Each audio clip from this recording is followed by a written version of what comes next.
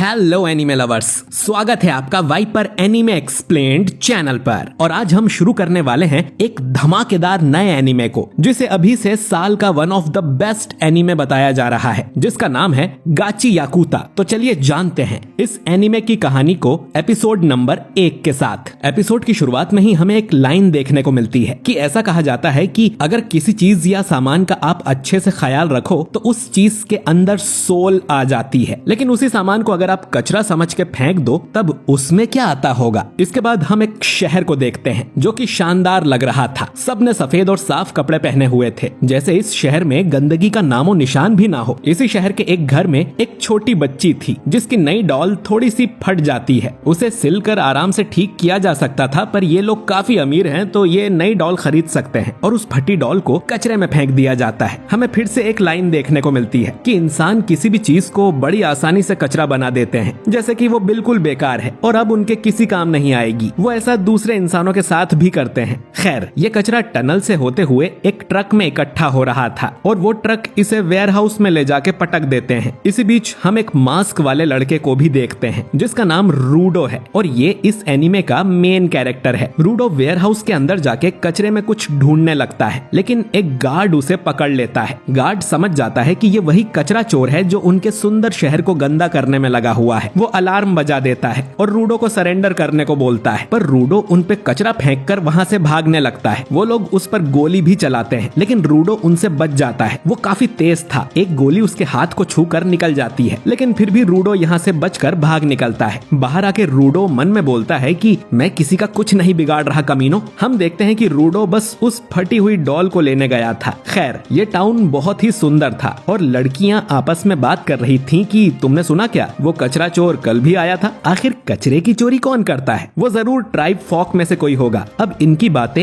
एक आदमी सुन रहा था जिसके कपड़े थोड़े मैले थे, क्योंकि ये आदमी भी एक ट्राइब फॉक है। ये लोग ट्राइब फॉक वालों को बहुत नीची नजरों से देखते हैं। वो लड़कियां कहती हैं कि जरा देखो ये कितना गंदा लग रहा है, ये लोग हमारी जमीन पर आते ही क्यों हैं? खैर, वो आदमी रेक्टो एक गेट खोलकर यहाँ से बाहर निकल जाता है और हम देखते हैं कि यहाँ एक बड़ी दीवार बनी हुई थी और दीवार के दोनों तरफ जमीन आसमान का फर्क था। एक तरफ सब कुछ आलीशान और सुंदर था तो दूसरी तरफ सब कुछ गंदा, पुराना और मैला था। बेसिकली इस तरफ अमीर लोग रहते हैं और दूसरी तरफ गरीब लोग, और इन गरीबों को ही ट्राइब फॉक कहा जाता है। इस साइड वाले लोग भी कचरा चोर की बातें कर रहे थे कि उसके चक्कर में हम लोगों पर कोई मुसीबत ना आ जाए। खैर, हम रूडो को देखते हैं जो कि उस डॉल को ठीक करने में लगा हुआ था। तभी उसके पास एक लड़की आती है जिसका नाम चीवा है। चीवा रूडो को डांटने लगती है कि वो फिर से कचरा उठा लाया। शहर के लोग अपने कचरे को लेके बहुत सीरियस हैं। अगर उन्होंने रूडो को पकड़ लिया तो पता नहीं उसके साथ क्या करेंगे, तो उसे ये कचरा चोरी करना बंद कर देना चाहिए। रूडो कहता है कि अमीर लोग ऐसी चीजें भी फेंक देते हैं जो बिल्कुल ठीक होती है और उन चीजों के लिए रूडो को बुरा लगता है। साथ ही वो उन चीजों को ठीक कर बेच देता है और थोड़े बहुत पैसे कमा लेता है जिससे उसका खर्चा पानी निकल सके। तभी यहाँ 3 लड़के आ जाते हैं और रूडो का मजाक उड़ाने लगते हैं कि इसमें से कितनी बदबू आती है, चीवा को इसके साथ नहीं घूमना चाहिए, ये हमेशा अपने गंदे ग्लव्स पहने रखता है, इसने तुम्हें टच कर दिया तो तुम बीमार हो जाओगी। चीवा कहती है कि उसे रूडो से कोई प्रॉब्लम नहीं है, हम सभी झोपड़पट्टी में रहते हैं तो हम सब एक समान हैं। असल में ये झोपड़पट्टी वाला एरिया क्रिमिनल्स को कैद करने के लिए बनाया गया था और ये सब लोग किसी न किसी क्रिमिनल के वंशज हैं, यानी अपने बाप दादा के कर्मों की सजा इन्हें मिल रही है। ये अपनी इमेज सुधारने के लिए बहुत मेहनत करते हैं, लेकिन रूडो के बाप ने सारी मेहनत बेकार कर दी थी क्योंकि उसने ढेर सारे लोगों का खून कर दिया था, इसीलिए वो रूडो को खुद से नीचे मानते हैं। अब ये सब सुन रूडो बहुत गुस्सा हो जाता है और उसकी आंखें देख ये तीनों डर के यहाँ से जाने लगते हैं और बोलते हैं कि जैसा बाप वैसा बेटा, ये भी अपने बाप की तरह किसी दिन कातिल बनेगा। चीवा अब रूडो से बोलती है कि तुम बिल्कुल अपने बाप जैसे नहीं हो, मुझे तुम पर भरोसा है कि तुम एक अच्छे इंसान हो और कभी किसी को नहीं मारोगे। ये बात सुन रूडो शर्माने लगता है। साफ पता चल रहा था कि वो चीवा को लाइक करता है। तभी चीवा की नजर उस डॉल पर जाती है जिसे रूडो ने ठीक कर दिया था और वो डॉल उसे बहुत अच्छी लगती है। असल में रूडो ये डॉल बेचने के लिए नहीं लाया था बल्कि चीवा को गिफ्ट देने के लिए लाया था, पर इससे पहले कि वो चीवा को डॉल दे पाता यहाँ उसकी मम्मी आ जाती है और चीवा यहाँ से चली जाती है। इसके बाद रूडो भी अपने घर आ जाता है जहाँ रेक्टो उसकी टांग खींचने लगता है कि तुम वो डॉल उस लड़की के लिए लाए थे। असल में उसने इनकी सारी बातें सुन ली थी। वो रूडो से कहता है कि उसे सीधे अपने प्यार का इजहार कर देना चाहिए, पर पहले ये बताओ कि कल रात को तुमने क्या गुल खिलाए हैं। रेक्टो रूडो से कहता है कि हम इतने गरीब नहीं हैं कि तुम कचरा चोर बनते फिरो, पैसे कमाने का काम मुझ पर छोड़ दो और अपनी लाइफ को रिस्क में डालना बंद करो। दोस्तों, रेक्टो ने रूडो को पाल पोस कर बड़ा किया है। वो उसका सगा बाप नहीं है, लेकिन उसके फादर जैसा है और रूडो उसकी काफी रिस्पेक्ट भी करता है और उसका बोझ हल्का करने के लिए ही रूडो ये चोरी कर रहा था। तभी रेक्टो नोटिस करता है कि रूडो के हाथ पर चोट आई है। वो रूडो को अपने ग्लव्स उतारने को बोलता है ताकि उसके हाथ पर पट्टी बांध सके। वो उसे चोरी करने से मना करता है क्योंकि अगली बार उसे गंभीर चोट लग सकती है। हम देखते हैं कि रूडो के हाथ बहुत ही अजीब से दिख रहे थे और इसके लिए वो अपने बाप को जिम्मेदार बताता है और इन हाथों को छुपाने के लिए ही वो हमेशा ग्लव्स पहनता है। रेक्टो बोलता है कि बड़ा क्राइम करने का मतलब है मौत की सजा और यहाँ मौत की सजा देने के लिए अपराधी को पिट में फेंक दिया जाता है। सदियों से यही परंपरा है। रूडो के फादर को भी पिट में फेंक दिया गया था, तो रूडो को खुद का थोड़ा ख्याल रखना चाहिए। रूडो याद करता है कि जब से उसने होश संभाला है तब से उसके हाथ काले हैं। कभी कभी उनमें बहुत ज्यादा दर्द भी होता है और लोग उसे अलग नजरों से घूरते हैं। तब रेक्टो ने उसे ये ग्लव्स दिए थे जिन्हें पहनने के बाद से रूडो का दर्द भी कम हो गया और वो रेक्टो का एहसान कभी नहीं चुका पाएगा। रेक्टो फिर से रूडो की टांग खींचने लगता है कि उसे जल्दी चीवा से अपने प्यार का इजहार कर देना चाहिए, वरना उसे कोई और उड़ा ले जाएगा। दोनों इस बात पर बहस करने लगते हैं और हम देखते हैं कि इनके घर के बाहर कोई अनजान शख्स खड़ा था। अगली सुबह रेक्टो रूडो से कहता है कि थोड़ा स्माइल करना सीखो वरना अच्छे नहीं दिखोगे। इसके बाद रूडो उस डॉल को लेकर बाहर निकल जाता है और चीवा को ढूंढने लगता है। उसे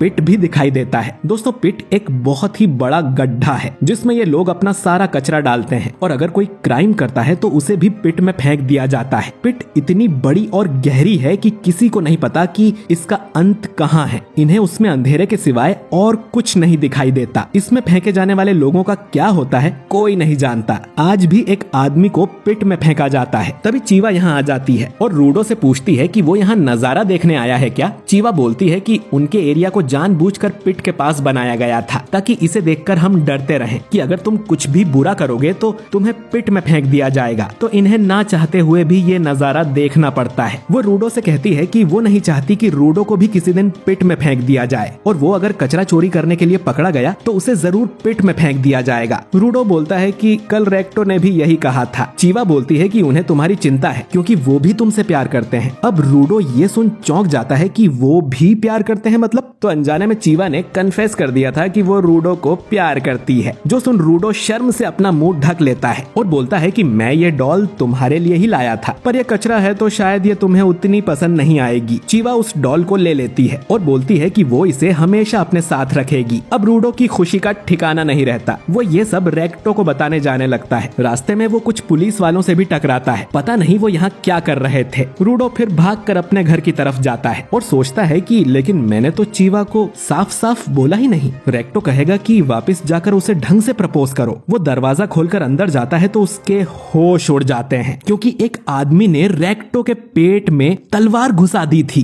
रूडो गुस्से में उस आदमी की तरफ भागता है तो वो उसकी पिटाई करके उसे बांध देता है। उसके पास एक बुक भी थी जिसे लेकर वो यहाँ से जाने लगता है, पर वो रूडो को कुछ नहीं करता। रूडो को रेक्टो की आवाज आती है जो अब भी जिंदा था। वो रूडो से कहता है कि भागो यहाँ से और इस घटिया दुनिया को बदल दो। इतना कहते ही रेक्टो की डेथ हो जाती है। तभी यहाँ पुलिस वाले आकर रूडो को अरेस्ट कर लेते हैं। उन्हें लग रहा था कि रेक्टो को रूडो ने मारा है। रूडो उन्हें समझाने की कोशिश करता है लेकिन वो उसकी एक नहीं सुनते। आसपास के लोगों को भी ये बात पता चलती है कि बाप की तरह बेटा भी एक कातिल निकला। थोड़ी ही देर में रूडो को पिट के पास ले जाया जाता है। इसने न सिर्फ कचरा चोरी किया है बल्कि किसी की जान भी ली है, जो कि बहुत बड़ा पाप है। भले ही जिसे तुमने मारा है वो एक मामूली ट्राइब फॉक था, लेकिन जो भी मर्डर जैसा पाप करेगा वो इस पावन धरती पे रहने के लायक नहीं है। और इसीलिए रूडो को मौत की सजा सुनाई जाती है और कहा जाता है कि इस कचरे को तुरंत ही पिट में फेंक दिया जाए। टाउन के लोग भी यही नारे लगा रहे थे। रूडो को तो समझ नहीं आता कि ये सब क्या हो गया। वो भीड़ में चीवा को भी देखता है और उसे बताने की कोशिश करता है कि रेक्टो को किसी ने मार दिया है, तुम्हें उसके कातिल को ढूंढना होगा। पर चीवा बोलती है कि मैंने तुम पर भरोसा किया था, पर तुम सच में कातिल के बेटे निकले। चीवा उसकी दी हुई डॉल वहीं फेंक कर चली जाती है। लोग नारे लगा रहे थे कि इस कचरे को फेंक दो। रूडो बोलता है कि असली कचरा तो तुम लोग हो जिनमें खुद का अपना दिमाग नहीं है। तुम्हारे पास आंखें और कान हैं, लेकिन उनसे ना तो तुम कुछ सुनते हो ना देखते हो। तभी उसे भीड़ में वही आदमी दिखाई देता है जिसने रेक्टो को मारा था और इतने में ही रूडो को पिट में फेंक दिया जाता है। गिरते हुए रूडो बोलता है कि मैं तुम सबको नर्क में भेजूंगा, तुम सब लोगों को मैं तुम सबको मार डालूंगा। दूंगा। रूडो काफी देर तक पिट में गिरता ही रहता है और जब उसे होश आता है तो वो कचरे के ढेर पे पड़ा हुआ था और जिंदा था। उसे अपने आसपास कचरे के अलावा और कुछ नहीं दिखता। ये वही कचरा था जो लोगों ने इतने सालों से पिट में फेंका है। और तभी रूडो अपने पीछे एक बड़े से मॉन्स्टर को देखता है जो कि पूरा कचरे से बना हुआ था। और ये एपिसोड यहीं पर एंड हो जाता है। तो दोस्तों, आपको ये पहला एपिसोड कैसा लगा? मुझे तो ये कमाल का लगा है और ये एनीमे जरूर धूम मचाने वाला है। लेकिन रूडो पिट में जिंदा कैसे है और ये मॉन्स्टर कहां से आ गया, जानेंगे अगले एपिसोड में। वीडियो अच्छा लगा हो तो इसे लाइक और शेयर कीजिए। कमेंट करके बताइए कि आपको ये एपिसोड कैसा लगा। और अगर आप हमारे चैनल वाइपर एनीमे एक्सप्लेन्ड पर नए हैं तो हमारे चैनल को सब्सक्राइब करके बेल आइकन जरूर दबाइए। मैं मिलता हूँ आपसे बहुत ही जल्द अगले वीडियो के साथ। शुक्रिया।